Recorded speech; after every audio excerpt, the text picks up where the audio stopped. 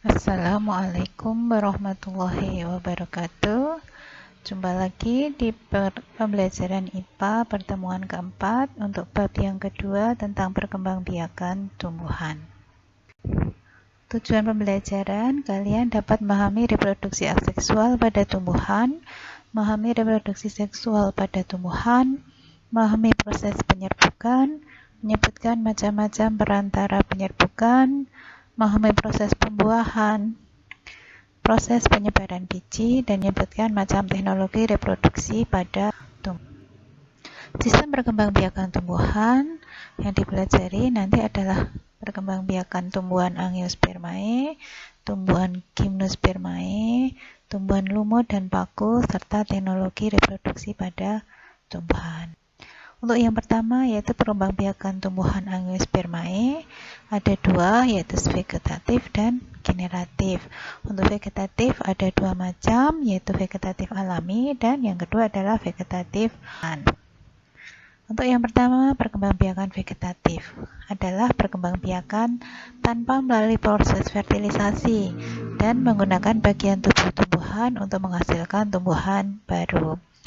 Contoh untuk vegetatif alami itu adalah dengan rizoma, dengan stolonnya, dengan umbi lapis, kemudian umbi batang, tunas, dan tunas adventif.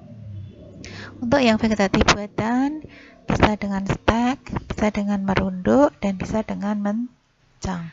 Untuk perkembangbiakan generatif pada tumbuhan Angiospermae, perkembangbiakan generatif merupakan perkembangbiakan yang terjadi melalui pertemuan antara gamet jantan dan gamet betina. Ini struktur bunga. Jadi ini ada yang namanya kepala sari yang menghasilkan serbuk sari. Itu adalah sel gamet yang jantan, ada tangkai sarinya, kelopak, bakal, biji. Ini kepala puteknya, kemudian tangkai putek, ada mahkota. Ini adalah bakal buah, dasar bunganya. Lanjut, untuk perkembangbiakan generatif, ini ada pembuahan ganda pada Angiospermae. Jadi ini ada fertilisasi, itu pembuahan bertemunya antara sel telur dengan sel sperma. Ini tadi kepala sari menghasilkan serbuk sari yang nanti jatuh di kepala putek, itu adalah yang namanya penyerbukan ya. Kemudian nanti ini kalau sudah terjadi, nanti sel telur dengan sel sperma itu akan turun ke bawah di sini. Nah, ini ceritanya di sini ya, pertemuan antara sel telur dan sel sperma. Oke, lanjut. Perkembangbiakan khusus untuk tumbuhan spermatopita melalui dua peristiwa penting, yaitu penyerbukan dan pembuahan atau fertilisasi. Berdasarkan asal serbuk sarinya, penyerbukan dapat dibedakan menjadi 4. Yang pertama adalah penyerbukan sendiri. Berarti dalam satu bunga itu ada putik dan benang sari. Kemudian penyerbukan tetangga. Di sini dalam satu tumbuhan, tapi bunganya itu adalah ada bunga jantan dan bunga betina. Hanya punya putik saja atau benang sari saja, dan ini ada hanya punya putik saja. Kemudian penyerbukan silang. Penyerbukan silang itu adalah penyerbukan antara dua tanaman yang berbeda. Ini tumbuhannya berbeda ya. Jadi secara silang. Kemudian penyerbukan bastar. Di sini tumbuhannya juga berbeda. Nah, ini jenis penyerbukan sendiri tadi ya. Satu bunga, kemudian penyerbukan tetangga, bunga lain dalam satu pohon. Penyerbukan silang, pohon lain yang masih satu spesies. Kalau bastar itu berasal dari varietas lain. Jadi antara pohon yang varietasnya, jenisnya berbeda. Penyerbukan berdasarkan perantaranya. Ada angin, ada hewan, ada manusia, ada penyerbukan oleh air. Nah, oleh angin, contohnya pada padi, jagung, gandum, dan rumputan. Kemudian yang dibantu oleh hewan itu ada serangga, ada burung, ada kelelawar, ada siput. Ini ada tumbuhannya misalnya bunga melati, bunga kenanga, bunga sepatu, jeruk kingkit. Kemudian yang perantaranya air itu ganggang dan hidrilla.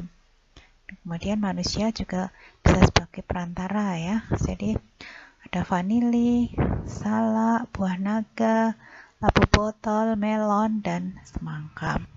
Lanjut untuk yang kedua, perkembangbiakan pada tumbuhan Gymnospermae. Gymnospermae memiliki alat reproduksi berupa strobilus. Strobilus jantan menghasilkan gamet jantan, serbuk sari ya. Sedangkan Strobilus betina menghasilkan gamet betina. Reproduksi pada Gymnospermae diawali dengan penyerbukan dengan bantuan angin. Serbuk sari dilengkapi dengan sayap, sehingga memudahkan gerakannya menuju Strobilus betina. Pada bakal biji atau megaspora terdapat struktur liang biji atau mikrofil dan kantong serbuk sari yang mengganti fungsi bunga sebagai organ reproduksi. Ini siklusnya metagenesis tumbuhan Gymnospermae. Jadi di sini ada tumbuhan Gymnospermae, ada Strobilus jantan, Strobilus betina. Ini yang Strobilus betina menghasilkan gamet betina atau sel telur, kemudian Strobilus jantan itu menghasilkan spermatozoid atau sperma, kemudian antara sperma dengan sel telur bertemu namanya sigot.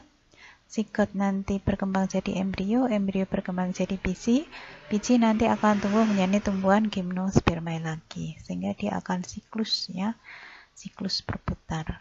Ini metagenesis tumbuhan Gymnospermae. Kemudian perkembangbiakan pada tumbuhan lumut dan tumbuhan paku. Perkembangbiakan generatif dan perkembangbiakan vegetatif tumbuhan lumut dan tumbuhan paku berlangsung secara bergantian melalui suatu pergiliran keturunan yang dinamakan metagenesis. Fase metagenesis, fase vegetatif atau fase sporofit merupakan tahap saat tumbuhan menghasilkan spora. Sedangkan fase generatif atau fase gametofit merupakan tahap saat tumbuhan menghasilkan gamet. Ini metagenesis tumbuhan lumut. Jadi ini ada spora, ada protonema, gametofit yang menghasilkan archegonium atau sel telur, antheridium itu spermatozoid. Nanti antara sperma dengan sel telur akan kalau terjadi fertilisasi akan menjadi sigot, sigot menjadi sporofit atau sporogonium, sporogonium menjadi sporangium. Nah, sporangium itu nanti menghasilkan spora lagi. Ini siklus juga ya. Lanjut untuk metagenesis tumbuhan paku, homospora. Ini juga sama, spora, protalium. Antheridium itu yang jantan, archegonium itu yang betina, menghasilkan ovum, telur. Kemudian antara telur dengan sperma menghasilkan sigot. Sigot nanti akan jadi tumbuhan paku homosporofit atau sporofit, kemudian jadi sporofil, kemudian menjadi sporangium. Nah, sporangium itu nanti menghasilkan spora. Ini metagenesis tumbuhan paku, heterospora. Ini juga sama, antara ovum, spermatozoid menghasilkan sigot. Kemudian jadi tumbuhan paku. Dan seterusnya ya, mudah saja. Ini metagenesis tumbuhan paku peralihan. Lanjut, teknologi reproduksi pada tumbuhan. Ada hidroponik, ini sudah terkenal ya di kita, yaitu metode budidaya tanaman menggunakan air. Tanaman akan menyerap nutrisi yang terlarut dalam air untuk tumbuh. Kemudian vertikultur, metode budidaya tanaman dengan cara membuat instalasi bertingkat ya. Ini instalasi bertingkat. Kemudian kultur jaringan, proses perbanyakan tanaman dengan memanfaatkan bagian tumbuhan untuk ditumbuhkan dalam media steril yang mengandung nutrisi. Ini dengan kultur jaringan. Saya kira hanya ini untuk pertemuan yang keempat ini tentang perkembangbiakan tumbuhan.